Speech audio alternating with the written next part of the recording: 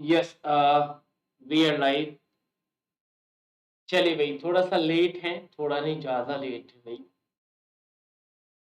चलिए, तो voice confirm कर दीजिए। उम्मीद करता हूँ आवाज आ रही होगी। और जैसा कि आप सभी को पता है कि हमारा जो टॉपिक चल रहा है, और इस टॉपिक का नाम है पीडी, जिसे पेरिफेरल डिवाइसेस कहते हैं।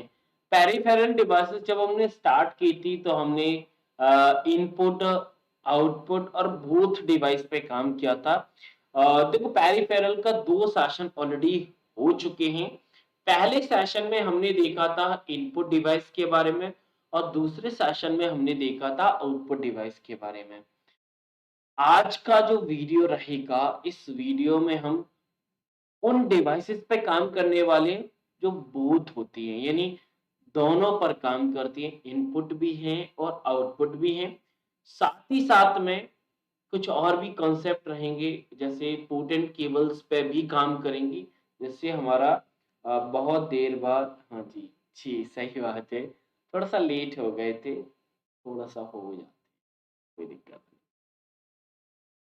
और हाँ, एक नया प्लान मैंने आप लोगों के लिए बनाया। हमेशा मेरे माइंड में कुछ न कुछ चलता रहता है, तो उसी चीज़ को ध्यान में रखते हुए मैं एक वीडियो लेके आऊँगा। आई थिंक 1-2 दिन बाद एक वीडियो रिलीज़ होगा। उस वीडियो में जो भी टास्क दिया जाए उसे ज़रूर कर लेना, ठीक है? चलिए, तो इससे पहले जो हमने टॉपिक डिस्कस किया, कंप्यूटर फंडामेंटल था। अब काफ़ी स्टूडेंट ऐसे ही होंगे जिन्होंने अभी मतलब आज हमें जॉइन किया है, तो आपको करना क्या है? आपको अपने स्टडी टाइम को 2 टाइम में डिवाइड करना। और हाँ, भाई काफ़ी स्टूडेंट की कंप्लेन आ रही है कि वो सिर्फ़ और सिर्फ़ लाइव में पढ़ते हैं, उसके बाद पढ़ते ही नहीं। भई जिस दिन आपने मुझे जॉइन किया था, मैंने आपसे बोला था कि मुझे आपके 2 घंटे चाहिए। 1 घंटा तो आप रिको यहाँ पे दे जाते हो, बाकी 1 आवर्स क्यों नहीं दे रहे? चीटिंग है भाई ये तो। 1 आवर्स का समय देना होगा आपको। कब देना है ये आप डिसाइड कर लीजिए। आपको लग रहा है कि सर हमसे नहीं हो रहा है, तो वही मुझे बता दो। मैं बता दूँगा कि कैसे आप वो 1 आवर्स निकालें, जो आप मेरे मेरे साथ के अलावा जो अलग कंट अब ऐसा नहीं है, जैसे-जैसे आगे बढ़ते जाएँगे, आपके पास कंटेंट का वज़न वो भी बढ़ता जाएगा, ठीक है ना? अभी आज ये टॉपिक खत्म हो जाएगा, इसके बाद इसकी क्वेश्चंस दिए जाएँगे, उनका सॉल्यूशन आपको करना है, वीडियो आपको रिकॉर्डेड मिलेगा, तो यानी उस वीडियो को देखने का टास्क आपके पास वर्किंग हो गया। तो इसीलिए कहता हूँ, आदत बना लो, 2 घंटे की मिनिमम देना मतलब देना ही है। जिनका भाई लॉगिन नहीं हुआ है, तो आप जाके देख लीजिएगा। जिन्होंने अभी इंस्टॉल किया तो उनका करा दिया है। फिर भी अगर किसी का रह गया है, कोई पुराना स्टूडेंट कुछ है, तो आप मैसेज कर देना, कोशिश करेंगे आपका बैच भी चालू हो जाए। ठीक है? मैं बस लाइव अटेंड करती, मुझे पता है भाई देवेश, मुझे पता है भाई। मैं भावनाओं देख के समझ लेता हूँ। कुछ एक स्टूडेंट ने कॉल किया था, उसके साथ मैंने टॉक की ना, मैं समझ गया कि लफड़ा है। और भाई एक बार बैच को एक्सेस करके ज़रूर देख लिया करो। जो बैच आईडी पासवर्ड है ना आपके पास, आप कुछ लोग तो पता है क्या कर रहे हैं? व्हाट्सएप वाले वीडियो ही देख रहे हैं। हाँ, व्हाट्सएप वाले वीडियो में वीडियो क्लासेस या थ्योरी दे रहा हूँ, लेकिन आपका जो बैच है ना, और जिन्होंने बैच लॉगिन नहीं किया है, भाई कांटेक्ट कर लेना मुझसे। मेरे 2-3 मिनट आप ले जाओगे, 2-3 सर कैसे करना है, वैसे मैंने इंट्रोडक्शन वीडियो में बहुत अच्छे से आपको समझाया है। फिर भी किसी को नहीं आया, तो भाई 2 मिनट मैं अपने देने के लिए तैयार हूँ, पर ज़्यादा मत करना, वीडियो देख लेना। फिर भी समझ में नहीं आए तो मुझे बता देना। मैं अपने 2 या 3 मिनट स्पेंड करके आपको प्रॉपर समझा दूँगा, क्योंकि आने वाले समय में हमारा बैच ही हमारा साथ देगा, क्योंकि उसमें हर टॉपिक के क्विज रहेंगे, रिविजन्स रहेंगी, मल्टीपल डेटा रहेगा, तो उसे भी एक्सेस करना है। तो प्लीज, अगर आप यूट्यूब वाले वीडियो जो मैं व्हाट्सएप पर भेज रहा हूं, अगर आप उन्हीं को देख रहे हैं, तो कहीं ना कहीं बैच को भी एक्सेस करना स्टार्ट कर दीजिए। ध्यान रखना इस चीज का, ठीक है ना? कौन कौन स्टूडेंट है, कमेंट बॉक्स में बता दीजिए कि आप सिर्फ और सिर्फ लाइव देख रहे हैं। सर बैच अभी तक हमने लॉग इन नहीं किया है। देखो, लॉग इन किया है तो आपको कुछ कमेंट नहीं करना है। जिन्होंने नहीं किया है ना, भाई लॉगिन कमेंट बॉक्स में लिख दो कि सर लॉगिन नहीं है, लॉगिन नहीं है। देखना चाहता हूँ कि कितने लोग हैं। सर मेरा भी रिप्लाई दे दीजिए, सर मेरा बैच लॉगिन नहीं हो रहा है। तानिया मैंने आपका पहले कमेंट का ही रिप्लाई दे दिया कि इनकेस किसका नहीं हुआ है तो मुझे मैसेज कर दीजिए। मेरा नंबर सभी के पास है भाई, ठीक है ना? तो आप मुझे मैसेज कर देंगे तो मैं करा दूंगा, लेकिन मैसेज नहीं करेंगे तो मैं कहाँ से करा दूंगा, ठीक है? फिर भी मैसेज से नहीं किया तो कॉल कर दीजिए। सर आपको मैंने मैसेज किया फिर भी बैच चालू नहीं हुआ है, तो फिर कॉल कर दो। मैंने तो सारी फैसिलिटी दी है ना। अब कॉल आप ऐसे टाइम पे करोगे जब क्लास होगी तो फिर गलत बात है भाई, ये तो सही नहीं है।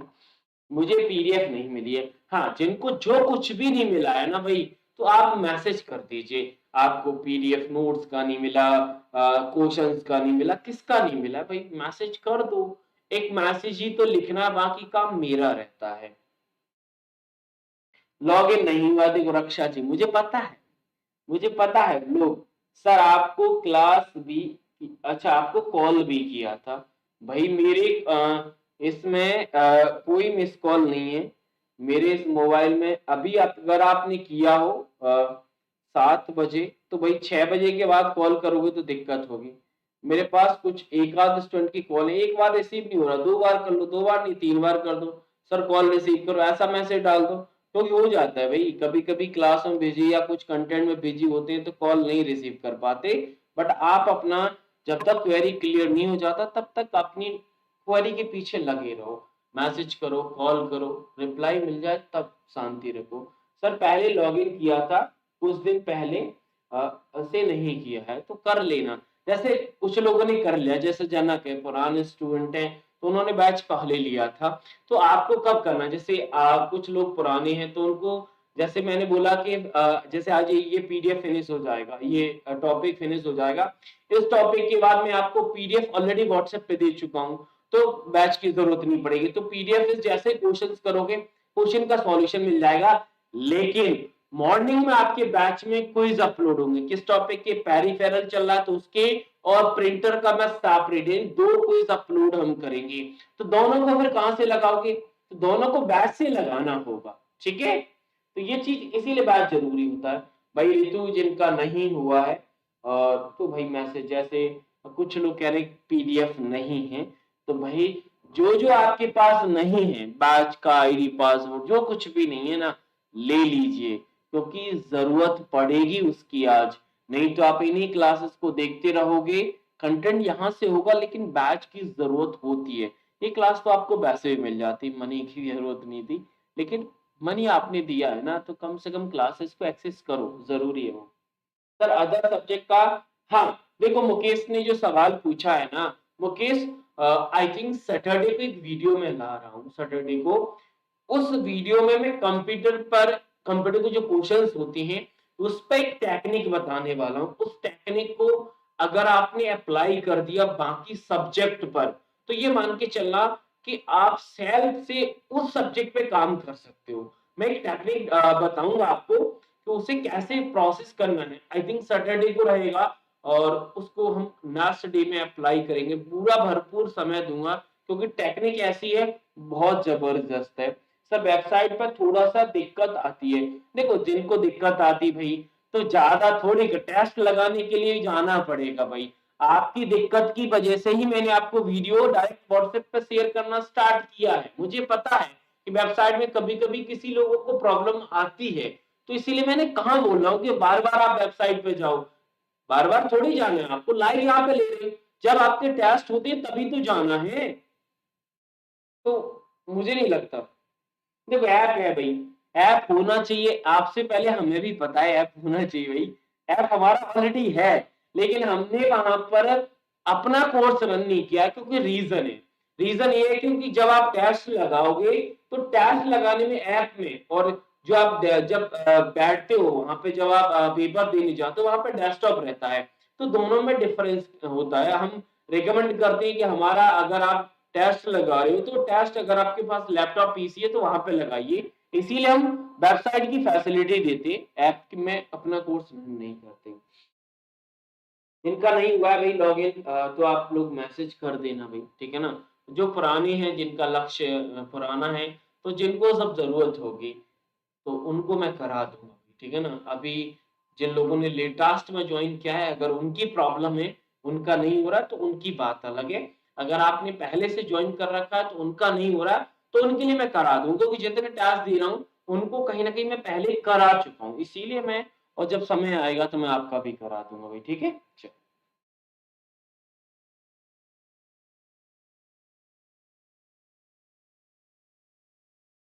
चलिए, सेशन स्टार्ट करते हैं। अब आपका जो भी कमेंट आए, आप बाद में या फिर बीच में मत लिखना, बाद में ही लिखना तो ज़्यादा सही है। आज का जो वीडियो रहेगा, इस वीडियो में हम बात करने वाले उन डिवाइसेस के बारे में जो बोथ होती हैं, यानी इनपुट भी है और आउटपुट भी है, क्योंकि इससे पहले हम इनपुट आउटपुट दोनों को बहुत अच्छे से पढ़ चुके हैं।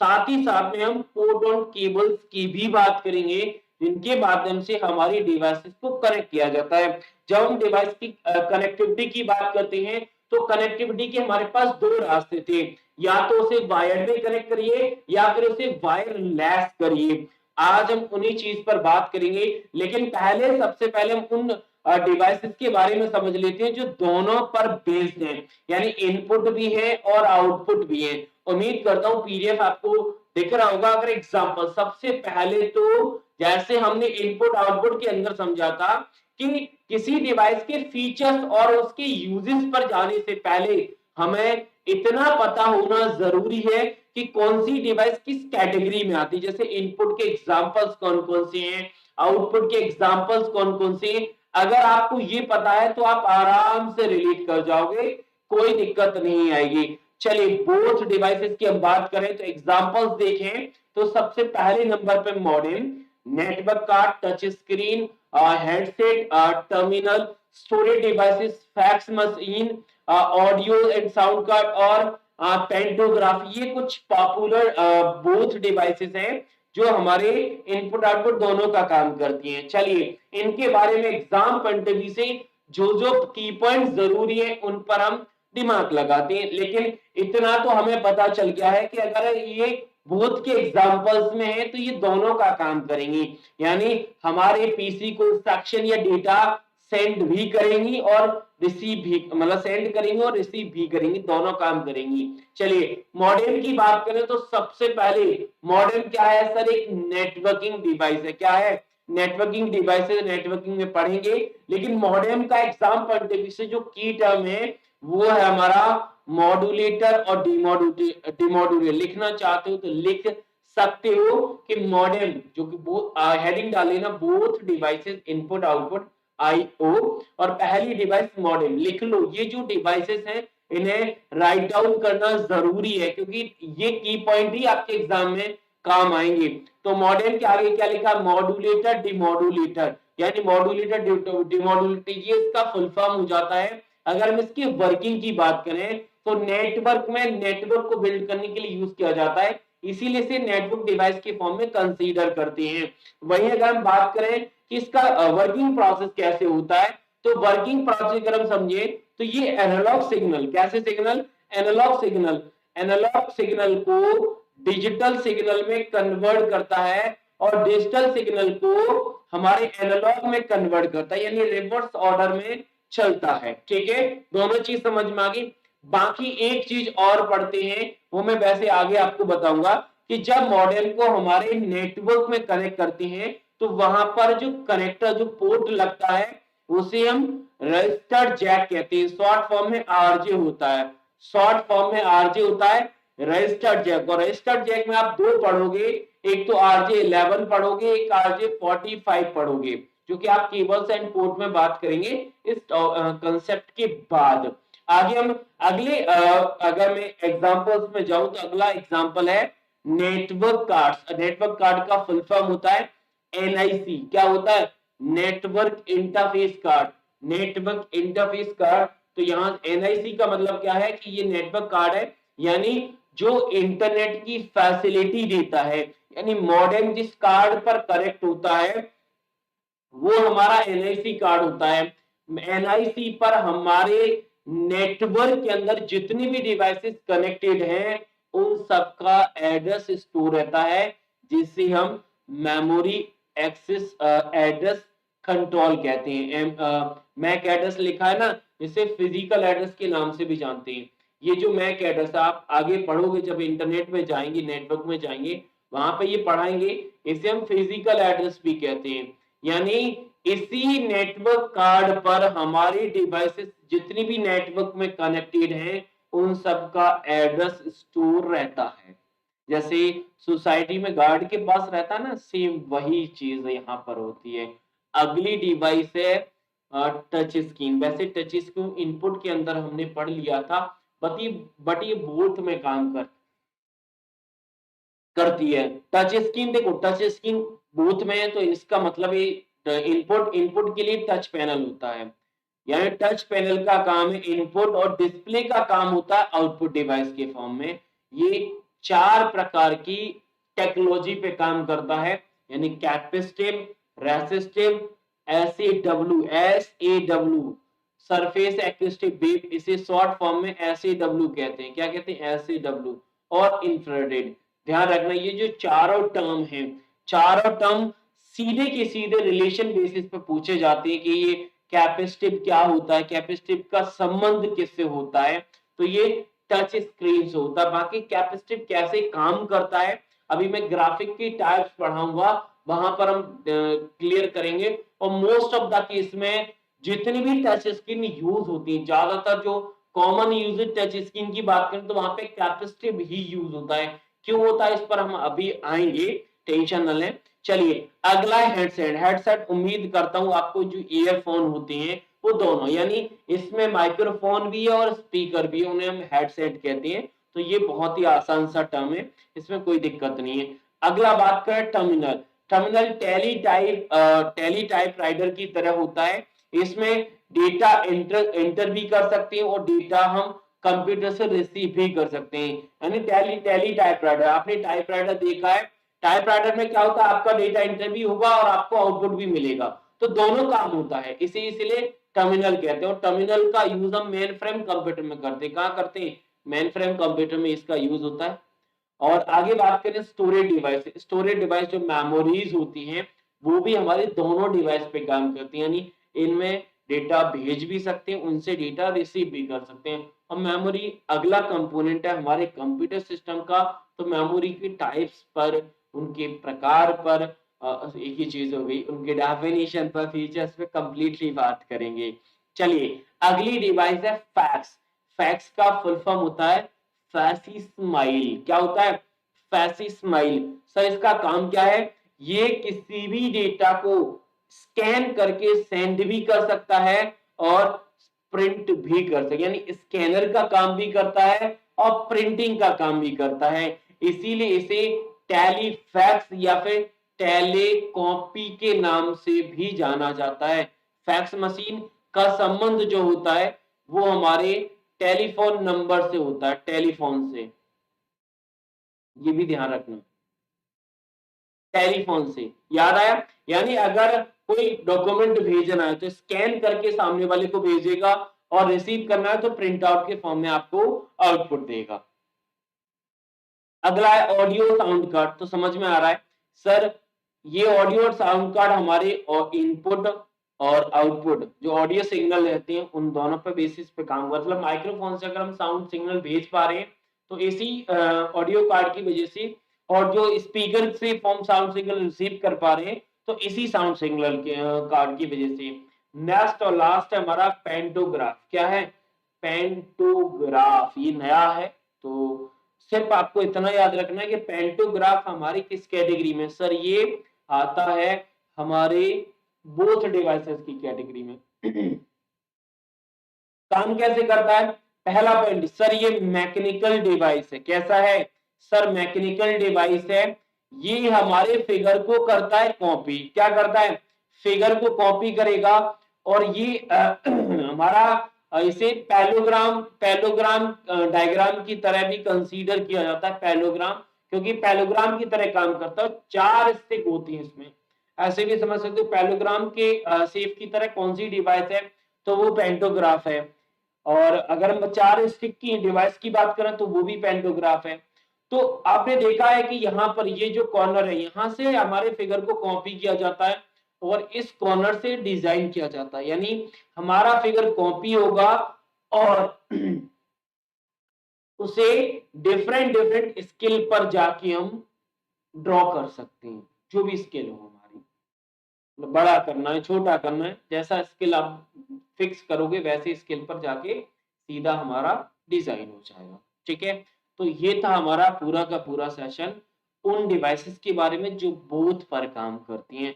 तो उम्मीद करता हूं कि आपको पेरिफेरल डिवाइसेस का जो क्लासिफिकेशन है वो प्रॉपर तरीके से समझ में आया होगा कि इनपुट के एग्जांपल्स क्या हैं, आउटपुट के एग्जांपल्स क्या हैं और बोथ डिवाइसेस के एग्जांपल। सबसे प्राइमरी तो सबसे रिपीटेड क्वेश्चन यही पूछा जाता है कि कौन सी डिवाइस इनपुट है, कौन सी आउटपुट है, कौन सी नहीं है। ठीक है, अब कुछ टर्म्स की बात कर लेते हैं। जैसे पहला टर्म है पॉइंटिंग इनपुट डिवाइस, यानी ऐसी डिवाइस जो पॉइंटिंग डिवाइस के नाम से हम जानते हैं। उसमें सबसे पॉपुलर हमारा माउस होता है। माउस एक पॉइंटिंग डिवाइस है, लेकिन इसके अलावा हमारा ट्रैक बॉल भी होता है, पॉइंट स्टिक भी होता है और टच पैड। ये तीन डिवाइस भी हैं जिन्हें हम पॉइंटिंग डिवाइस के नाम से जानते हैं। बाकी अगले दो पॉइंट हैं उस डिवाइस के बारे में जिन्हें हम नेटवर्क में शेयर कर सकते हो नहीं कर सकते। यानी ऐसी कौन सी डिवाइस है जिसे नेटवर्क में शेयर नहीं कर सकते? सर एक तो कीबोर्ड हो गया, दूसरा आप बता दीजिए सर माउस को भी नहीं कर सकते। ऐसी कौन सी डिवाइस है जिसे नेटवर्क में शेयर कर सकते हैं? सर वो प्रिंटर है। क्या है? प्रिंटर। मॉनिटर को भी हम शेयर नहीं कर सकते।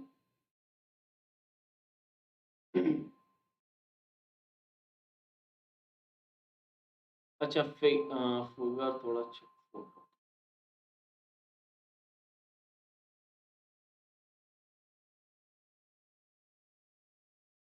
ठीक है, चले।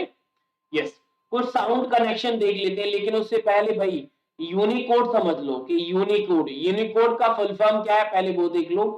यूनिवर्सल कैरेक्टर एनकोडिंग सिस्टम होता है। क्या है? यूनिकोड का मतलब है सर ये यूनिवर्सल कैरेक्टर इनकोडिंग सिस्टम है। इस इनकोडिंग सिस्टम पर तीन प्रकार के यूनिकोड यूज किए जाते हैं। पहला मतलब यूनिकोड के जो टाइप है यूटीएफ होता है। यूटीएफ में क्या है सर? यूनिकोड ट्रांसफॉर्मेशन फॉर्मेट होता है। तीन प्रकार के ये यूनिकोड होते हैं। पहला यूटीएफ 8 होता है। 8 का मतलब है सर 8 बिट का होता है। कितने बिट का? 8 बिट का। यूटीएफ 16 है, इसका मतलब यूटीएफ 16 ये 16 बिट का होगा। और यूटीएफ 32 है तो ये 32 बिट का होगा। तो यूनिकोड के तीन इनकोडिंग सिस्टम हम यूज करते हैं। यूटीएफ 8, यूटीएफ का मतलब मैंने आपको बता दिया यूनिकोड ट्रांसफॉर्मिंग फॉर्मेट, और 16 होता है और 32। कभी कभी पूछ लेते हैं कि इनमें से कौन सा है कौन सा नहीं है। ये दोनों प्रकार से क्वेश्चन पूछे जा चुके हैं कि यूनिकोड का कौन सा इनकोडिंग सिस्टम का वैलिड टाइप नहीं है, वैलिड टाइप है। दोनों प्रकार के क्वेश्चन को ध्यान 8 16 32 यानी 8 का डबल 16, 16 का डबल 32, इस फॉर्मेशन से याद रखो। बाकी साउंड कनेक्शन देखो, ग्रीन जो साउंड कलेक्शन वैसे हमारे में मोस्ट ऑफ द केस में हम तीन ही यूज करते हैं। एक तो रेड, ग्रीन और ब्लू। जो रेड होता है, जो रेड है वो हम माइक के लिए यूज करते हैं। ग्रीन जो होता है हरा, वो स्पीकर के लिए यूज होता है। किसके लिए?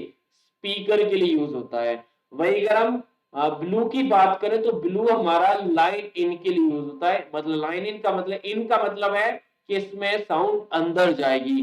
बाकी जो है जैसे हमारा पिंक है, पिंक ठीक है, पिंक भी लगा है जो ऐसा रेड की तरह कंसीडर किया जाता है। ब्लैक, ऑरेंज, ग्रे, ये सारे स्पीकर के होते हैं। यानी माइक के लिए आपको दो ही याद करनी है। एक तो आपका मतलब रेड, दूसरा ब्लू। ठीक है, तो याद कर लोगे। बाकी स्पीकर में जाएंगे और स्पीकर के लिए सबसे पॉपुलर हमारा क्या सर? ग्रीन, हरा। बस यहां पर हो जाता है समाप्त हमारा पेरिफेरल डिवाइसेस का। अब चलते हैं अगली कंसेप्ट की तरफ जिसका नाम है पोर्ट एंड केबल्स। क्या है सर? Port and cables. ठीक है। यानी पोर्ट एंड केबल्स क्या होते हैं सर? पोर्ट एंड केबल्स वो फिजिकल माध्यम होता है जिससे हमारे पेरिफेरल डिवाइसेस को कंप्यूटर में कनेक्ट किया जाता है। यानी यही वो माध्यम है जिससे हम पेरिफेरल डिवाइस के बीच में कम्युनिकेट कर पाते हैं। और पेरिफेरल डिवाइसेस की अगर मैं एग्जाम्पल जो कि ऑलरेडी आप पढ़ चुके हो, अभी हमने पढ़ा था। अब हमें समझना है कि आखिर हमारे पोर्ट कौन-कौन से होते हैं। तो वैसे हमने बहुत सारे पोर्ट पढ़े। अब सर पोर्ट कहाँ पढ़े? पोर्ट हमने देखो माउस में नहीं पढ़ा, हमने मॉनिटर में पढ़े थे। मॉनिटर के लिए हमने कितने पार्ट अच्छा कमेंट बॉक्स में बता दीजिए कि जब हमने मॉनिटर पढ़ा था, मॉनिटर की टाइप ऑफ कनेक्टर तो हमारे पास बहुत थे, लेकिन सबसे पॉपुलर जो थे उनकी संख्या कितनी है वो आप कमेंट बॉक्स में बता दीजिए। और प्रिंटर के पोर्ट भी हमने पढ़े थे, लेकिन प्रिंटर का एक पॉपुलर पोर्ट था जिसे हम प्रिंटर पोर्ट के नाम से भी जानते हैं, उसको भी कमेंट बॉक्स में लिख दो। बाकी यहाँ पर मैं जो पोर्ट हमें पढ़ने उनके एग्जांपल्स की बात करते हैं। उनमें सबसे पहले नंबर पर हमारा सीरियल आता है। Serial port, parallel, PS2, USB, VGA, power connector, FireWire, modem, ether, game, DVI, HDMI, AGP और सॉकेट। ये वो पॉपुलर पोर्ट हैं जिन्हें हमें एग्जाम पॉइंट ऑफ व्यू से पढ़ने की सख्त और सख्त जरूरत है। ठीक है ना?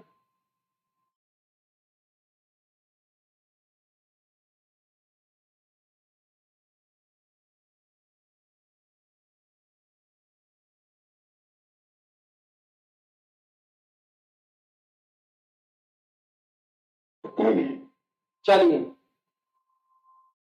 मॉनिटर को कनेक्ट करने के लिए सर प्रिंटर पोर्ट को फायर गलत है भाई, गलत है। जो भी आंसर कर रहे हैं वो भी गलत है। और कुछ लोग तो सोच रहे हैं करें या ना करें। भाई कर दीजिए तो सही रहेगा। चलिए, तो मॉनिटर को कनेक्ट करने के लिए हमने 3 पोर्ट पढ़े थे, वीजीए, डीवीआई और एचडीएमआई। उम्मीद करता हूं आप खरे नहीं उतरने बातों पर। ठीक है। दूसरा मैंने सवाल पूछा था, ऐसा कौन सा पोर्ट है जिसे प्रिंटर पोर्ट के नाम से जानते हैं? सर उसका नाम पैरेलल पोर्ट है। क्या है? पैरेलल। पैरेलल की क्वालिटी क्या थी? सर इसमें 25 पिन होती हैं। यहां पर मैं और पूछूं, जो MPP 1150 पढ़ा था हमने, इसकी क्वालिटी क्या थी सर? 36 पिन होती थी, 36। तो ये कहाँ से याद होगा जब पैरेलल पोर्ट इतना पॉपुलर पोर्ट याद नहीं है। तो थोड़ा ध्यान रखिएगा चीजों पर, जरूरी होता है इसीलिए बोलते हैं। और भाई गलत सलत जो भी कमेंट तो कर दिया करो, सही होना वो अलग बात है, लेकिन कोशिश करोगे सही रहेगा। चलिए, पहला पोर्ट है सीरियल, जो कि हम ऑलरेडी प्रिंटर में बता चुके हैं। फिर भी यहाँ पर पोर्ट पढ़ रहे हैं तो सबको फिर से पढ़ेंगे। चलिए, पैरेलल पोर्ट का यूज किया जाता है पुराने माउस और एक्सटर्नल मॉडेम के लिए। यानी पुराने माउस या फिर एक्सटर्नल मॉडेम के जब हम कनेक्ट करते थे तब हमारा सीरियल पोर्ट यूज होता है। यानी सीरियल पोर्ट का यूज हम पुराने मॉडेम सॉरी एक्सटर्नल मॉडेम और पुराने माउस के लिए करते हैं। वहीं इसके वर्जन की बात करें तो 2 वर्जन होते हैं। एक तो 9 पिन का होता है और 25 पिन का होता है। देखो, जिसमें पिन होती है ना, तो एक जैसे 2 प्रकार से के काम करता है। जैसे हमारा चार्जर होता है, आपने देखा होगा चार्जर में पिन लगी रहती है। और चार्जर हम अपने घर में जो इलेक्ट्रिक जो बोर्ड होती है वहां पर लगाते हैं। अब बोर्ड में होल होता है, तो कभी कभी किसी पोर्ट को होल लिखा जाएगा, किसी पोर्ट को पिन लिखा जाएगा। अब जैसे एक तरफ पिन होगा तो दूसरी तरफ होल होना है, तो जाहिर सी बात है पिन और होल से कंफर्म वो मत करना कि सर आपने पिन पढ़ा था वहां पे होल आ गया। भाई चीजें तो एक ही चीज है ना, चीज एक ही है। अब चार्जर में 2 पिन होती हैं, अब पूछ लिया जाए 2 होती है तो 2 होती है। अब वहां पे वो चार्जर कितने प्लग में लगता है? तो कोई ध्रुव में लगता है। अब होल रखे या पिन रखे बात बराबर है। तो पिन और होल से कंफ्यूज मत होना। पिन को मेल कनेक्टर भी कहते हैं और होल को हम फीमेल कनेक्टर भी कहते हैं। चलिए, तो वर्जन 2 है, यानी 9 है और 25 है। तो यहाँ पर जो आपको फिगर नजर आ रहा है ये 9 पिन का एग्जाम्पल है, फिगर है। वही अगर हम डेटा ट्रांसमिट की बात करें तो हमने एक चीज पढ़ा था, कि ये सिंगल बिट ट्रांसमिशन होता है, सिंगल बिट ट्रांसमिट करता है। जब हम डेटा ट्रांसमिट की बात करते हैं सीरियल पोर्ट पर, तो वो सिंगल बिट होता है, यानी डेटा जो भेजा जाएगा वो 1 बिट भेजा जाएगा एट अ टाइम। इस चीज को भी ध्यान रखना। 2 पॉइंट यहाँ पर मेन है, एक तो हमारा इसका यूज हम करते क्यों है, और डेटा ट्रांसमिशन के लिए सिंगल या 1 bit at a time transfer किया जाता है। आगे हम जाएं तो दूसरा पोर्ट है हमारे पास पैरेलल, जिसे हम प्रिंटर पोर्ट के नाम से भी जानते हैं। ये लिखा है प्रिंटर पोर्ट के नाम से भी जानते हैं। 25 पिन होती हैं, से प्रिंटर के साथ साथ स्कैनर के लिए भी यूज करते हैं, लेकिन कहते हैं इसे प्रिंटर पोर्ट है भाई, ठीक है। फिगर आपको नजर आ रहा होगा। अब यहाँ पर देखो, यहाँ पर मैंने पिन लिखी है और फिगर में आपके पास होल है, तो पिन और होल ये मैटर ज्यादा नहीं करेगा भाई। प्रिंटर पोर्ट से ही हमारा एलपीटी का संबंध है, जिसे हम लाइन प्रिंटर टर्मिनल के नाम से जानते हैं। तो आपको सिंपल इतना याद रखना है कि जब एलपीटी का आईबीएम कंपेटेबल कंप्यूटर में आइडेंटिफिकेशन के लिए फॉर पैरेलल पोर्ट के लिए यूज किया गया था, तो वहां पर LPT 1 2 3 version as a point के फॉर्म में यूज किए गए थे, जो कि आईबीएम कंपेटेबल कंप्यूटर में यूज किए गए थे। तो सीधा आपको इस पॉइंट पर यही रखना है कि जो एलपीटी है उसका संबंध सीधा हमारा पैरेलल पोर्ट से है या प्रिंटर से है। आगे जाएं तो अगला हमें मिला है जिसका नाम PS2 है, PS2। इसके अगर मैं वर्जन यूज की बात करूं तो कीबोर्ड और माउस के लिए यूज करते हैं। अगर इसमें होल और पिन की बात करें तो 6 होल या पिन होती हैं। जो भी है, होल लिखो पिन लिखो, जो भी आप लिखना चाहते हो दोनों में से कोई भी लिख सकते हो, ठीक है। चलिए इसे हम माउस पोर्ट के नाम से भी जानते हैं, और ये हमारे पीसी में 2 होते हैं। क्यों? क्योंकि एक माउस के लिए कीबोर्ड के लिए, दोनों के लिए जरूरी है। चलिए नेक्स्ट है यूएसबी। यूएसबी वो सबसे यूजफुल और सबसे ट्रेंडिंग हमारा पोर्ट है, जो आजकल मोस्ट ऑफ द केस में सभी पोर्ट को रिप्लेस कर रहा है। इसका फुल फॉर्म मैंडेटरी हो जाता है यूनिवर्सल सीरियल बस इंट्रोड्यूस। जो इंट्रोड्यूस ईयर है इसमें बहुत सारा कंफ्यूजन है कि कभी कभी 1995 मिल जाता है, 70 मिल जाता, तो ये कभी कभी दिक्कत करता है। लेकिन इसकी क्वालिटी ये है कि ये डेटा पावर दोनों को ट्रांसफर करता है, डेटा पावर। यही वो रीजन है कि इसे हम ज्यादातर डिवाइसेस में रिप्लेस कर रहे हैं। अगला है वीजीए। वीजीए हमने पहले ही पढ़ा था। वीजीए के साथ साथ हमने क्या पढ़ा था सर? डीवीआई और एचडीएमआई, ये दोनों पोर्ट पढ़े थे। क्यों? क्योंकि ये तीनों पोर्ट हमारे मॉनिटर को कनेक्ट करते हैं। तो लिखा भी है to connect monitor computer video card. इसकी पहचान कैसे करोगे सर? 15 होल का होता है, 15 होल। ध्यान रखना ये 3 रो में है। कैसे में? यानी रो 1 2 3 3 रो में है। बाकी आपने एक चीज और नोटिस की कि हमारा जो सीरियल पोर्ट है कुछ ऐसा ही नजर आता है, लेकिन एक और पोर्ट है जो ऐसा ही नजर आएगा, फिर और भूल जाओगे। चलिए पावर कनेक्टर, जिसमें 3 प्लग होते हैं। कितने होते हैं? 3, जो हमारे पावर देता है। लेकिन आजकल जो लैपटॉप्स आ रहे हैं उनमें चार्जर वाला आ रहा है, तो उसमें कोई दिक्कत नहीं है। चलिए नेक्स्ट है फायर वायर। फायर वायर मैंने आपको बताया था जब हमने प्रिंटर के अंदर पढ़ा था। फायर वायर का संबंध सीधा एप्पल से रखो। किससे रखो? एप्पल से। इसी वजह से ये वेरी फास्ट डेटा ट्रांसफर करता है, यानी डेटा ट्रांसफर रेट की बात करें तो वेरी फास्ट होता है। और इसके वर्जन भी होते हैं, जैसे 4 पिन वाला भी होता है, 4 पिन वाला, 6 पिन वाला भी होता है, 9 पिन वाला कनेक्टर भी होता है। तो डिफरेंट डिफरेंट टाइप के वर्जन होते हैं। स्पीड की बात करें तो मेगाबिट, ये पर सेकंड में 400 से 800 मेगा पर सेकंड मेगा पर बिट ट्रांसफर करता। वही यूएसबी की बात करें तो यूएसबी लगभग 12 बिट 12 मेगा बिट ट्रांसफर करता है। तो 12 से आप अंदाजा लगा सकते हैं कि कैसे ये हाई स्पीड वाला पोर्ट है, और इस बिल्कुल यूएसबी की तरह दिखता है। इसके कनेक्टर की बात करें कि ये यूज कहाँ पे होता है, तो यूजिंग की बात करें तो हमारा जो कैमरा होते हैं, हमारे जो कैमरा होते हैं और वीडियो जो इक्विपमेंट होते हैं, उनके लिए हम इस पोर्ट का यूज करते हैं। जो कैमरेज या वीडियो जो इक्विपमेंट है, मोस्ट ऑफ द केस में फायर पोर्ट यूज होता है। नेक्स्ट है मॉडेम पोर्ट। क्या है मॉडेम? तो इसको मैं अभी पढ़ाऊंगा। मॉडेम में कुछ अलग नहीं है, मॉडेम में अलग नहीं है, ये पढ़ लीजिए। चल ईथर पोर्ट। ईथर पोर्ट का यूज किया जाता है हमारे इंटरनेट को एक्सेस करने के लिए। जो एनआईसी अभी हमने पढ़ा था, जो बोथ डिवाइस पे काम करता था, एनआईसी, एनआईसी ही वो कार्ड था जिसकी वजह से हमें इंटरनेट की कनेक्टिविटी मिलती थी। और इसी एनआईसी पर हमारा मॉडेम इम्बेड होता है। क्या होता है? मॉडेम इम्बेड होता है। मॉडेम को मैंने कनेक्ट करने के लिए आपको जो जैक बता, जो पोर्ट बताता, उसका नाम आरजे सीरीज है। कौन सी सीरीज है? आरजे सीरीज है। आरजे का फुल फॉर्म क्या था सर? रजिस्टर्ड जैक होता है। दो वर्जन मैंने इसके बताए थे अभी आपको, एक आरजे 11 होता है, एक आरजे 45 होता है। अगर आरजे 45 की बात करें तो 45 का यूज करते हैं ईथरनेट केबल के साथ किया जाता है। वहीं टेलीफोन लाइन के साथ जिसका यूज किया जाता है वो आरजे 11 होता है। कहने का मतलब है ये हमारा पीसी है, ये हमारा मॉडेम है, ये हमारा मॉडेम है, और ये हमारा टेलीफोन लाइन है। तो यहाँ टेलीफोन लाइन से जब हम टेलीफोन लाइन से इस टेलीफोन लाइन से जब मॉडेम को कनेक्ट करेंगे तो यहाँ पर आरजे 11 का यूज होगा, और मॉडेम से जब पीसी को कनेक्ट किया जाएगा तो आरजे 45 का यूज होगा। तो ये यूज है। बाकी 45 8 पिन का होता है, और आरजे 11 के दो वर्जन होते हैं, 4 पिन का होगा या 6 पिन का होगा। अगला है गैम पोर्ट। देखो गैम पोर्ट बिल्कुल हमारे वीजीए पोर्ट की तरह ही दिख रहा है। वीजीए पोर्ट होता है उसी की तरह नजर आ रहा है, लेकिन इसका यूज हम करते हैं जॉयस्टिक को कनेक्ट करने के लिए। क्यों? क्योंकि जॉयस्टिक हमारी गेमिंग डिवाइस होती है जिससे हम गेम खेलते हैं। जॉयस्टिक को हम जेसीबी वगैरह मशीनों में भी यूज करते थे। और बाकी इसकी पहचान करोगे तो इसकी पहचान के लिए हमारे कितने पिन है सर? ये इसमें 15 होल होते हैं, 15 होल या फिर 15 हमारे पास पिन में कंसीडर करेगी।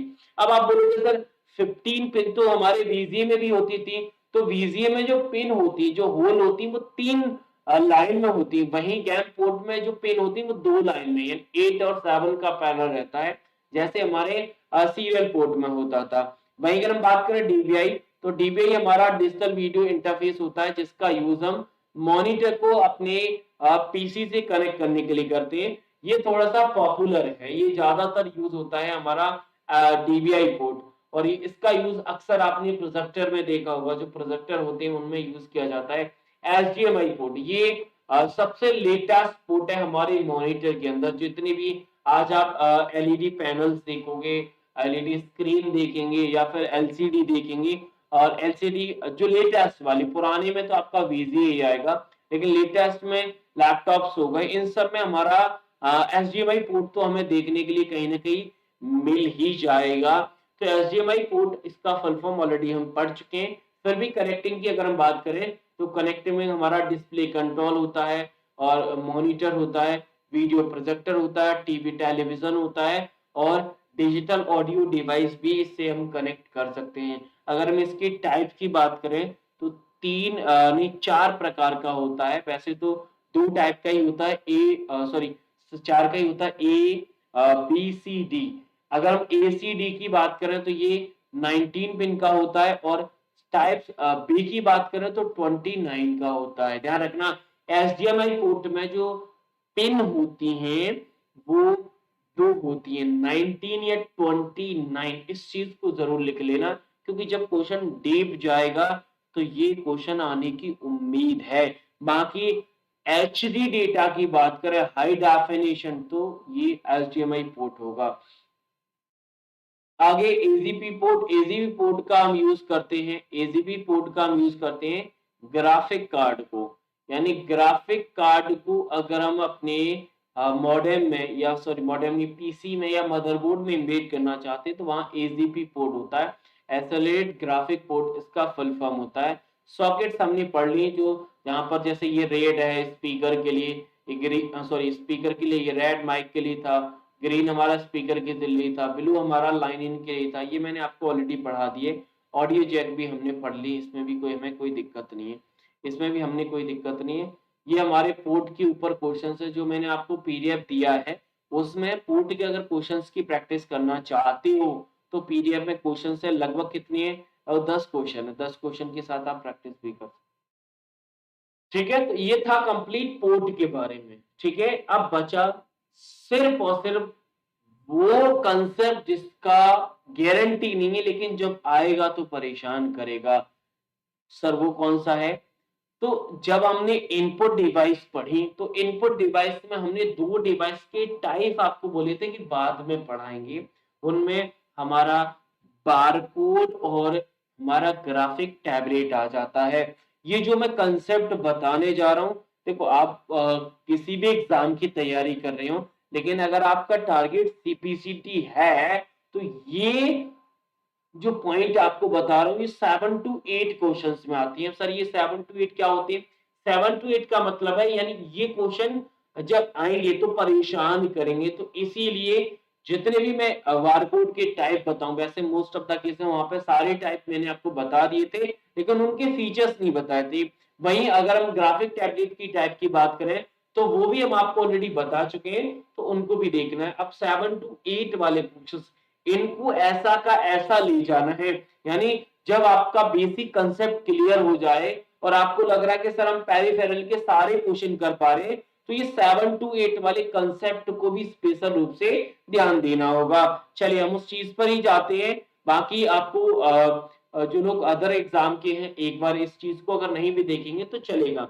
बाकी पीडीएफ के क्वेश्चंस हैं पेरिफेरल डिवाइसेस पर, तो उसके लिए हम आएंगे, लेकिन हम सीधा पहले आते हैं ग्राफ हमारे बारकोड के टाइप पर। देखो बारकोड की अगर हम टाइप की बात करें तो हमने कोड 39 और कोड 128 ये बारकोड के टाइप हैं, और भी हैं हमारे पास, उनकी तरफ जाएंगे, लेकिन पहले कोड 39 की बात कर लेते हैं। तो कोड 39 जो हमारा जो बारकोड बना होता है वो 43 कैरेक्टर से बना रहता है। किससे? 43 कैरेक्टर। यही वो पॉइंट है जो कोड 39 से रिलेट करना होगा। अब आपके पास अगर नोटबुक है ना, तो नोटबुक में लिख लो कोड 39 बारकोड का रिलेशन डैश करके लिखना। 43 कैरेक्टर होते हैं। कितने कैरेक्टर होते हैं? 43, जिसमें हमारा कैपिटल लेटर भी होते हैं, नंबर भी होते हैं, कुछ स्पेशल कैरेक्टर भी जाते हैं। तो कोड 39 की पहचान कैसे करोगे?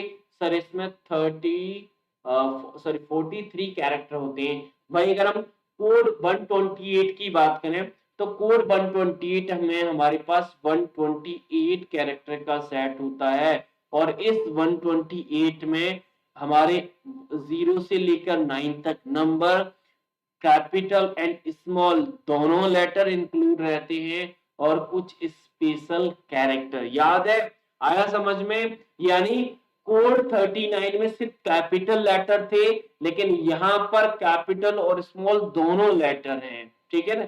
ये अंतर है, बाकी चीजें समान है, यानी नंबर भी होंगे, कैरेक्टर भी होंगे, लेकिन जो डिफरेंस है वो लेटर का है। कोड 128 में दोनों लेटर होंगे, यानी अपर केस भी लोअर केस भी। 39 में सिर्फ अपर केस है। ठीक है? ये कुछ बेसिक पॉइंट है, वहां के लिखे तो और भी हैं, लेकिन उन पर हम नहीं जाएंगे कि उनका कैसे। हाँ एक बार देख लेते हैं, जैसे यूटीएफ। यूटीएफ मैंने आपको अभी बताया था, यूनिकोड ट्रांसफॉर्मेशन फॉर्मेट होता है, और IN price code barcode but the barcode fourth letter. ठीक है? हाँ चलिए, तो जो यूटीएफ होता है और ईएएन होता है, जिसे इंटरनेशनल ऑथेंटिकेशन नंबर ऐसा कुछ फुल फॉर्म होता है, अभी देख लेंगे। तो ये जो बारकोड होते हैं उसमें सिर्फ और सिर्फ नंबर रहते हैं, जबकि कोड 128 में हमने अभी देखा इसमें लेटर भी हैं, स्पेशल सिंबल भी हैं, और हमारे पास नंबर भी हैं। यूपीसी कोड को तो जब हमने बारकोड पढ़ा तो बारकोड को जो एग्जांपल दिया था वो इसी यूपीसी कोड के नाम से दिया था, जिसे यूनिफॉर्म या फिर यूनिवर्सल प्रोडक्ट कोड के नाम से हम जानते हैं। ज्यादातर जो हमने जो हमारे रिटेल में यूज होने वाले प्रोडक्ट हैं उन पर ये हमें कहीं ना कहीं कोड देखने के लिए मिलता है। वहीं अगर हम बात करें ईएएन, जिसे इंटरनेशनल आर्टिकल नंबर के नाम से जानते हैं, ये जो बारकोड होता है हमारे बुक्स पर, लाइब्रेरीज में, यूनिवर्सिटी में, यहाँ पर यूज होता है। यानी बुक्स से रिलेटेड जो बारकोड होता है वो ईएएन होता है, इसका full form international article number होता है। यानी जो प्रोडक्ट होते हैं, जो सामान होते हैं, जो हमारे रिटेल शॉप पे मिलते हैं, वहां पर जो यूपीसी कोड बारकोड होता है, लेकिन जो बुक्स है वहां पर हमारा लिख लेना ईएएन के आगे क्या लिखोगे?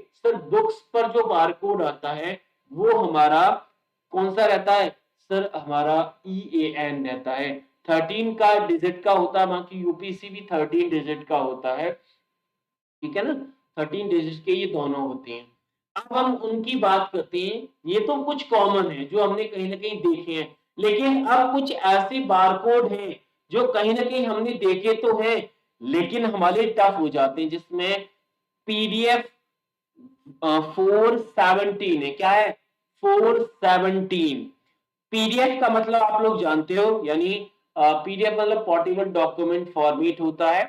सर ये कहां पर मिलता है, पहला पॉइंट आप लिख लेना, पहला पॉइंट ये लिखना, स्टक लीनियर बारकोड फॉर्मेट होता है, ये स्टक होता है। बाकी दूसरा पॉइंट है कि जैसे हमारे जो आइडेंटिफिकेशन कार्ड होते हैं, जो ट्रांसपोर्ट होते हैं, जो इन्वेंट्री मैनेजमेंट होता है, आप ऐसे समझ सकते हो, जो पीडीएफ 417 जो बारकोड होता है, जैसे मैं एग्जांपल्स जो हमारी ड्राइविंग लाइसेंस है ना, ड्राइविंग लाइसेंस पे जो बारकोड है वो हमारा पीडीएफ 417 है।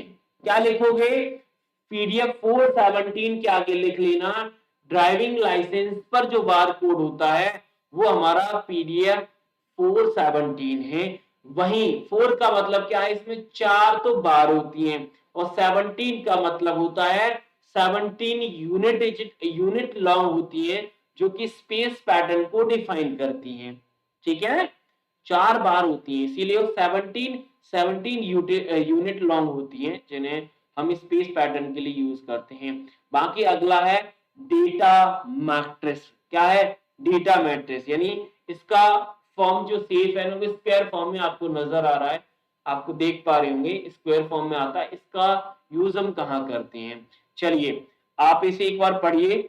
सर ये बहुत कम जगह में बड़ी मात्रा में जानकारी को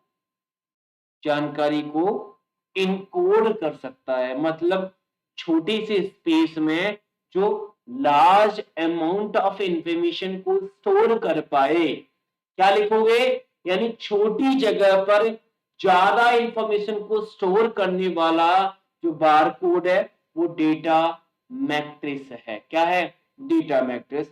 बाकी इसका यूज की बात करें तो जो हमारा हेल्थ होता है, जो मैन्युफैक्चरिंग होती है, खासकर इलेक्ट्रॉनिक्स की, जो इलेक्ट्रॉनिक्स गैजेट्स होते हैं, वहां पर जो बारकोड यूज होता है वो डेटा मैट्रिक्स होता है। हेल्थ केयर में, इलेक्ट्रॉनिक्स मैन्युफैक्चरिंग में जो कोड यूज हो रहा है वो डेटा मैट्रिक्स है। याद रहेगा, हो गया, कोई दिक्कत परेशानी नहीं। आगे क्यूआर कोड बताने की जरूरत नहीं है, यह आज का सबसे ट्रेंडिंग कोड है कि क्विक रेस्पॉन्स कोड सबसे लेटेस्ट है और इन्वेंशन किया गया था 1994, मतलब मेरा डेट ऑफ ईयर में, चलिए बर्थ ईयर। चलिए अगला है कोडाबार और मैक्सी कोड, दोनों पॉपुलर है, दोनों पर है। देखो जो एग्जाम पॉइंट ऑफ व्यू से जरूरी है उनमें कोड 39 तो और 39 और 128 तो आप कर जाओगे। जो पॉपुलर है उनमें यूपीसी और EAN स्टार का लेना इन पर, 4728 में डेफिनेट जाएंगे, जिसमें पीडीएफ 417 रहेगा और डेटा मैट्रिक्स रहेगा और कोडाबार रहेगा और मैक्सी कोड, ये चारों पॉपुलर हैं और ये 7 to 8 में फंसाएगा एग्जामिनर, खासकर सीबीजेड एग्जाम में। अगर हम कोडाबार की बात करें तो कोडाबार में क्या होता है, इसमें एक स्टार्ट सिंबल होता है, डिकोड डेटा और एक स्टॉप सिंबल होता है, यानी एक स्टार्ट सिंबल भी है, स्टॉप सिंबल भी है और कोडेड डेटा होता है इसमें, जो ऑटोमेटिकली हमारे जो एप्लीकेशन की सेल्फ डिजिट को अपने आप चेक करता है। मतलब ऑटोमेटिक सेल्फ चेकिंग की बात करें एप्लीकेशन के माध्यम से, जो चेक डिजिट आप सभी को पता है, जो हमने यूपीसी कोड में पढ़ी थी। चेक डिजिट का मतलब जो हमारी लास्ट की डिजिट होती है, इसका काम सिर्फ यही रहता है कि हमारा जो कोड है वो सही ढंग से स्कैन हुआ है कि नहीं हुआ, बस। अगर हम बात करें कोडाबार की, तो कोडाबार में हमारे पास इनकोड करने के लिए 4 स्टार्ट और स्टॉप कैरेक्टर होते हैं, इनके साथ साथ 16 कैरेक्टर होते हैं डिफरेंट प्रकार के, जिन्हें इनकोड करता है हमारा बारकोड स्कैनर। तो कोडा बार की पहचान कैसे करोगे? सर स्टार्ट और एंड सिंबल जिसमें होते हैं, क्या लिखोगे? स्टार्ट और एंड सिंबल जिसमें होते हैं। देखो पूरा डेफिनेशन तो बहुत टफ हो जाएगा, इसलिए कोडा बार के आगे लिखो स्टार्ट एंड एंड सिंबल जिस बार में होती है उसे हम कोडा बार कहते हैं। बस इतने ये जो दो शब्द है ना, वही आपके एग्जाम में क्वेश्चंस को एलिमिनेट करा देंगे, क्योंकि मुझे कोडा बार पे पीएचडी आपको नहीं कराना, सिर्फ और सिर्फ क्वेश्चन के टर्म को हिंट कराना है। आगे है मैक्सी कोड। मैक्सी कोड की पहचान आप सीधा ऐसे कर सकते हो कि इसमें एक राउंड बॉल होती है जो बिल्कुल आईज की शेप में होती है, आंख की तरह होती है। पूरे स्क्वायर के अंदर एक राउंड राउंड बॉल होती है, आंख के जैसा नजर आ रहा होगा आपको, बस यही इसकी पहचान है। बाकी अगर आप मतलब inside square pixels data encode hexagon dots, मतलब इसमें मतलब जो हेक्सागोनल पैटर्न भी होता है। मैं आपको जूम करके बता देता हूँ। देखो इसमें एक रिंग होती है, एक तो आपने देख ली कि राउंड शेप में हमारे पास क्या होता है, राउंड शेप में बॉल होती है जो बिल्कुल आंख की तरह नजर आती है। बाकी जो हेक्सागोन जी आपकी छह जो हेक्सागोन का मतलब क्या होता है, इसमें छह भुजाएं होती हैं। कितनी, तीन हो गई, चार पांच छह, ऐसे आएगी जैसे 1 2 3 4 5 6। हेक्सागोन का मतलब इसमें छह भुजाएं होती हैं, तो इसमें जो डेटा इनकोड होता है, डेटा जो फिल होता है वो इसी हेक्सागोन पैटर्न में होता है। बस ये पॉइंट आपको याद रखना है, ठीक है। चलिए, तो मैक्सी कोड से क्या निकला? सर इसमें एक आंख के नुमा में हमारे पास एक राउंड बॉल होती है, राउंड बॉल, और इसमें हेक्सागन पैटर्न के जो डॉट्स होते हैं ना, उसी में डेटा हमारा स्टोर होता है। तो ये दो पॉइंट आपको मिल गए, राउंड बॉल और हेक्सागन, ठीक है। ये दोनों पॉइंट अगर आपने मैक्सी कोड के साथ रिलेट कर लिए तो काम हो जाएगा। अब जो फसाई, जैसे कोडा बार के साथ हमने क्या लिखा था? सर कोडा बार के स्टार्ट और एंड सिंबल लिखा था। मैक्सी कोड के साथ हमने राउंड बॉल और हेक्सागन लिखा है, दो शब्द लिख लिए। बाकी अगर हम पीडीएफ 417 की बात करें, पीडीएफ 417 को हम आइडेंटिफिकेशन कार्ड के फॉर्म में ब्रैकेट में हमने ड्राइविंग लाइसेंस लिखा था। बाकी अगर हम बात करें एक डेटा जो डेटा मैट्रिक्स की बात करें, तो छोटी जगह पर जो ज्यादा डेटा स्टोर करता है वो डेटा मैट्रिक्स था। तो ये चार फंसाएंगे, चार मैंने रिपीट कर दिए। बाकी यूपीसी कोड हमारा जो रिटेल वाले प्रोडक्ट होते हैं उन पर होता है, और जो बुक्स पर होता है वो हमारा EAN होता है, जिसे इंटरनेशनल आर्टिकल नंबर के नाम से हम जानते हैं, जो लाइब्रेरीज में, यूनिवर्सिटी में या बुक सेलर यूज करता है, ठीक है। अब बात करते हैं ग्राफिक टैबलेट के टाइप को। जैसे बारकोड है वैसे ही हमारा ग्राफिक टैबलेट के टाइप हो जाते हैं, कि ये डेफिनेट नहीं है कि आएंगे, लेकिन आएंगे तो फंसाएंगे जरूर, इसीलिए हम जब पढ़ रहे हैं तो एक बार पढ़ लेते हैं। बाकी इनका स्क्रीनशॉट आप ले लेना, इनका स्क्रीनशॉट, यही जो डेफिनेशन है एग्जाम में यही डेफिनेशन आएगा, इससे बाहर नहीं आएगा, ये कंफर्म है। अगर मैक्सी कोड आया तो डेफिनेटली यही दो शब्द होंगे जो पूरे सेंटेंस में आपको ढूंढने होंगे। जो क्वेश्चन दिया रहता है ना, उसमें यही ढूंढना है।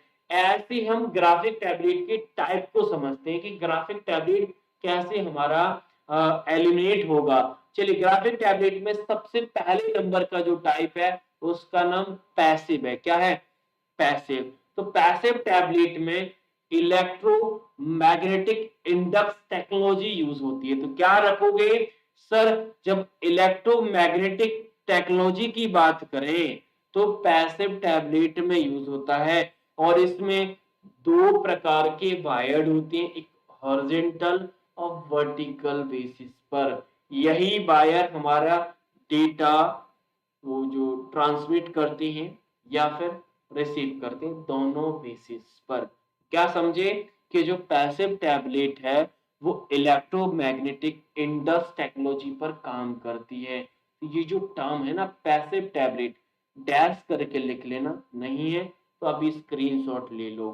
अभी पैसिव टैबलेट के आगे लिख लेना इलेक्ट्रो, ऐसे लिखा करो भाई, इलेक्ट्रोमैग्नेटिक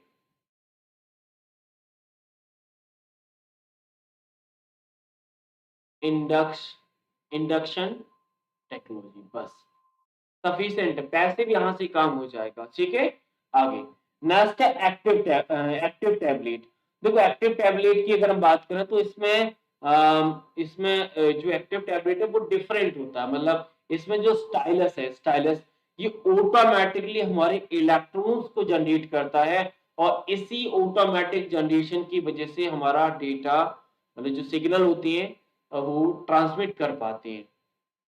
समझ गए, मतलब जो स्टाइलस है, क्योंकि हमने पढ़ा था जो स्टाइलस ही हमारे टैबलेट पर जो डेटा को ड्रॉ या फिर सेलेक्ट हम करते हैं इसी स्टाइलस की वजह से। तो एक्टिव टैबलेट में जो स्टाइलस होता है, स्टाइलस वो थोड़ा सा अलग होता है। ये हमारे जो इलेक्ट्रॉन्स होते हैं उनको सेल्फ रूप से जनरेट और ट्रांसमिट करने का काम करता है ये स्टाइलस हमारे एक्टिव टैबलेट पे, इसीलिए एक्टिव का नाम देते हैं इसे। ऑप्टिकल, ऑप्टिकल में सीधा सा मतलब है, ऑप्टिकल में क्या देखोगे, देखो ऑप्टिकल का संबंध हमने माउस से देखा था, ऑप्टिकल कैमरे भी आते हैं। तो यहाँ से सिंपल समझना है कि जो स्टाइलस है ये, इस स्टाइलस में जो एक छोटा सा कैमरा लगा रहता है, क्या रहते हैं, यानी वो टैबलेट जिसके स्टाइलस में छोटा सा कैमरा है उसे ऑप्टिकल कहेंगे। क्या कहेंगे, ऑप्टिकल। तो अगर ऑप्टिकल का रिलेशन पूछा जाए तो वो हमारे डिजिटल कैमरा से होगा जो स्टाइलस में लगा। आया कुछ समझ में, कुछ आया,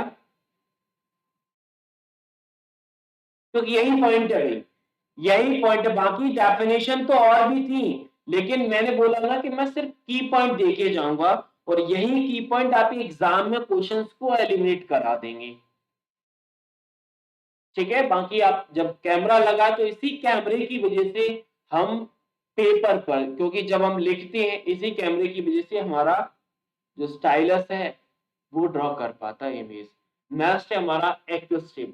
देखो एक्विस्टिव में क्या होता है, एक्विस्टिव में सिग्नल सिग्नल जनरेट करता है, मतलब सिंपल वे में समझे कि जो स्टाइलस है, स्टाइलस में एक साउंड, एक साउंड जनरेट होती है। क्या लिखा है, यानी जब स्टाइलस में साउंड जनरेट हो तो वो हमारा टैबलेट एक्विस्टिव टैबलेट है। कैसा है, तो एक्विस्टिव के आगे क्या लिखोगे, यानी स्टाइलस, ये पेन है इसी को स्टाइलस कहते थे, इसमें साउंड जनरेशन की वजह से हमारा ड्राइंग हम कर पाते हैं। यानी इस स्टाइलस के अंदर, या फिर हम बोले कि हमारे जो सरफेस होता है वहां पर कहीं ना कहीं माइक्रोफोन का यूज, जब साउंड जनरेशन होगा तो माइक्रोफोन जरूर होगा, क्योंकि साउंड जनरेशन माइक्रोफोन से ही चलेगा। ऐसा रिलेशन है, आगे समझ सकते हैं, लेकिन आपको सिंपल सा समझना है कि वो स्टाइलस जो साउंड जनरेट करता है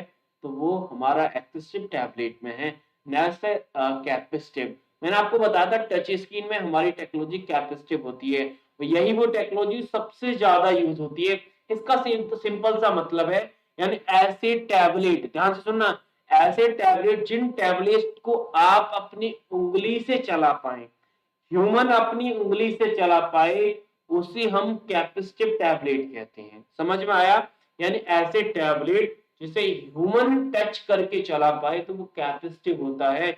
और आपने, मैंने जब टेक्नोलॉजी बताई, जो टच स्क्रीन बताई, मैंने आप एक चीज बोली थी कि जो टच स्क्रीन में टेक्नोलॉजी वो सबसे ज्यादा यूज होती है वो कैपेसिटिव होती है। क्यों, क्योंकि आप जितने भी जैसे आपके एटीएम्स हो गए, मोबाइल्स हो गए, इनको हम कहीं ना कहीं अपने हाथ से टच करते हैं सबसे। और कैपेसिटिव जो टेक्नोलॉजी है वो ह्यूमन की आइडेंटिफिकेशन से, ह्यूमन के जो बोला जाए कि बिहेवियर होता है, जो बायोलॉजिकल होते हैं, उनकी वजह से ही मूव करते हैं, इनकी वजह से ही हमें इंस्ट्रक्शन को सेंड कर पाते हैं, तो उसे कैपेसिटिव कहते हैं।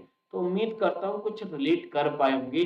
कैपेसिटिव का संबंध ह्यूमन से रहता है, एक्टिव का संबंध साउंड से रहता है, ऑप्टिकल का संबंध डिजिटल कैमरे से था और एक्टिव का संबंध हमारे स्टाइलस जो कि स्टाइलस खुद इलेक्ट्रॉन को जनरेट करता है और पैसिव का संबंध सीधे हमने इलेक्ट्रोमैग्नेटिक इंडक्शन टेक्नोलॉजी से रखा। तो ये जो टर्म्स लिखा है मैंने आपको, बस इनको रिलेट करना। जब आप अभी पीडीएफ में या फिर मल्टीपल जब क्वेश्चंस लगाएंगे आप, तब आपको खुद समझ में आएगा कि हाँ sir, digital camera sir optical tablet में यूज होता है, सर एक्विस्टिव हमारा साउंड जनरेट करता है। तो ये जो पॉइंट है, यही पॉइंट पूरे के पूरे क्वेश्चंस को डिफाइन कर जाएंगे। ठीक है, तो ये टफ तो है लेकिन है बहुत आसान। जो वैसे तो आसान इसीलिए हुआ क्योंकि हमने ये नहीं देखा कि हमारा एक्स्टिव काम कैसे कर रहा है, हमें सिर्फ एग्जाम तक ले जाना है क्योंकि हमें इस टैबलेट पर कोई ज्यादा ब्लॉग तो लिखना नहीं है कि कैसे काम करता है, कैसे सॉफ्टवेयर है, कुछ नहीं, हमें सिर्फ क्वेश्चन एग्जाम में कलेक्ट कर जाए, वो हमारा मेन टारगेट है। बाकी प्रोसेस है तो ब्लॉग बहुत सारे होते हैं, हर कंसेप्ट पर आप रीडिंग के साथ जा सकते हैं। ठीक है, तो ये था पूरा का पूरा सेशन हमारा। पेरिफेरल डिवाइसेस यहाँ पर हो जाता है कंप्लीट। अब आपको करना क्या है, आपको जो पीडीएफ दिए गए हैं, ये हमारा पीडीएफ है, एक बार मैं इसे क्रॉस चेक कर लेता हूँ भाई। एक बार हम इसे क्रॉस चेक कर लेते हैं कि आपके पीडीएफ में इतने क्वेश्चन है कि कम ज्यादा हैं, क्योंकि पीडीएफ में क्वेश्चंस कभी मैंने मेरे पास ये जो पीडीएफ है, मैं एक बार, और ये उम्मीद करता हूँ सभी स्टूडेंट के पास पीडीएफ होंगे, 3 पीडीएफ मैंने आपको भेजी है। तीनों पीडीएफ में एक में आपका थ्योरी है, काफी लोग कह रहे थे सर आप क्लास लेते हैं उसका पीडीएफ नहीं भेजते। भाई क्लास का इंडिविजुअल पीडीएफ भेजने की वजह से मैंने आपको एक साथ में सारे पीडीएफ भेज दिए हैं। भाई पेरिफेरल डिवाइसेस में जो नंबर ऑफ क्वेश्चन है वो 50 है, यानी ये जो एमसीक्यू का पीडीएफ है आपके पास, ये इसमें 50 क्वेश्चन है। ठीक है, अभी आपको क्या करना है, इन 50 क्वेश्चन के साथ आपको वर्किंग करनी है। जो आप 1 आवर्स मुझे अलग से देते हो, उस 1 आवर्स में यही क्वेश्चंस आपको लगाने होंगे। ठीक है, ये क्वेश्चन लगाइए, इसका सॉल्यूशन वैसे आपके पास बैच है तो उसमें ऑलरेडी अपलोडेड है, और जो लोग व्हाट्सएप से शेयर करते हैं तो उनको व्हाट्सएप पर मिल जाएगा। ये तो आपके लिए पहला टास्क रहा। ठीक है, तो ये आप करेंगे, उम्मीद करता हूं आप करोगे।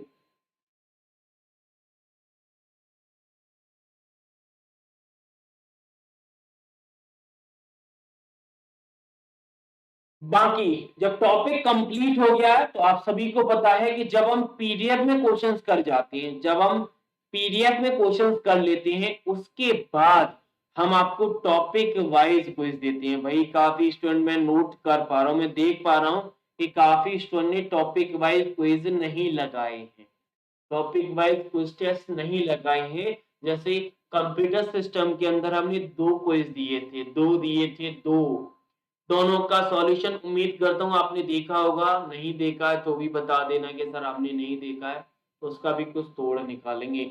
बाकी इस पीडी के अंदर पेरिफेरल डिवाइसेस के अंदर 2 क्विज हम अपलोड करेंगे, एक पेरिफेरल डिवाइसेस का टेस्ट नंबर और दूसरा प्रिंटर का, यानी 2 क्विज अपलोड करेंगे। ये जो क्विज अपलोड होंगे उसका अपडेट आपको व्हाट्सएप स्टेटस से मिल जाएगा, मॉर्निंग में करेंगे। क्यों? क्योंकि अभी आपके पास ऑलरेडी टास्क है कि आपको ये वाली पीडीएफ लगानी है जिसमें पेरिफेरल डिवाइसेस के 50 क्वेश्चन हैं, सॉल्यूशन भी आपको मिल जाएगा, और ये क्विज भी लगा लेना जिसका हम सॉल्यूशन भी करेंगे। बाकी सॉल्यूशन अगर आप देखना चाहते हो तो आपके बैच में ऑलरेडी अपलोड कर दिया जाएगा। ठीक है, और बाकी जो भी सेशन होंगे उसका अपडेट तो आई थिंक आपको मिल ही रहा होगा। और जिन लोगों ने अभी रिसेंटली ज्वाइन किया है, भाई आप लोग अपनी टाइम को 2 टाइम में डिवाइड कर दो। पहला जो टॉपिक चला है उसे पढ़ लो, और बाकी जो निकल गया, क्योंकि एक ही टॉपिक अभी निकला है, अगर आप यहाँ तक आ गए तो ये दूसरा टॉपिक, इसके बाद तीसरा आएगा, फिर स्पीड अब बढ़ती जाएगी।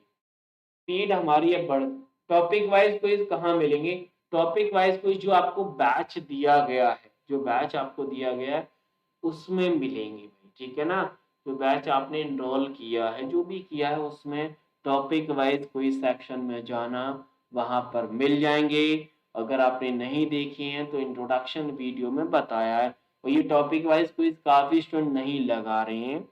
तो बैच एक्सपायर हो गया तो वो अलग बात है क्योंकि आपने पहले से एनरोल किया हो, ये टेस्ट आप लोग लगा चुके हो। बाकी सॉल्यूशन भी हम जल्दी से शेयर कर देंगे। ठीक है? चलिए, बैच में मिलेंगे। हाँ जी, बिल्कुल सही बात है, बैच में मिलता है, सब कुछ मिलता है। जो क्लासेस आपकी मिस हो जाती हैं, वो भी बैच में है। पीडीएफ है, वो भी बैच में। और जिसके पास जो नहीं है, भई मैसेज कर दीजिएगा, अवेलेबल हो जाएगी। लेकिन आज ले लो, फिर एग्ज़ाम समय पे बोलोगे, "सर, हमें तो एक भी टास्क नहीं लगा है, तो भई मैं क्या करूँ?" क्या करूँ भई? हर वीडियो में बोलता हूँ कि ये लगाओ, वो लगाओ, आप सुनते नहीं हैं, तो फिर भई और आप आते ही यहाँ पर सुनने के लिए हो, ठीक है ना? क्योंकि आपने मुझे जॉइन इसीलिए किया है कि मेरी सुनो भई, आपकी मैं सुन लूँगा फ़ोन लगा हुआ तो, बाकी मेरी सुनना है तो क्लास में पूरी तरीके से सुनो, ठीक है? चलो, तो इस वीडियो में यहीं पे रखते हैं, बाकी जो भी होगा वो आपको बता दिया जाएगा। मिलते हैं फिर अगली क्लास में, तब तक के लिए थैंक यू, शुक्रिया, राधे-राधे।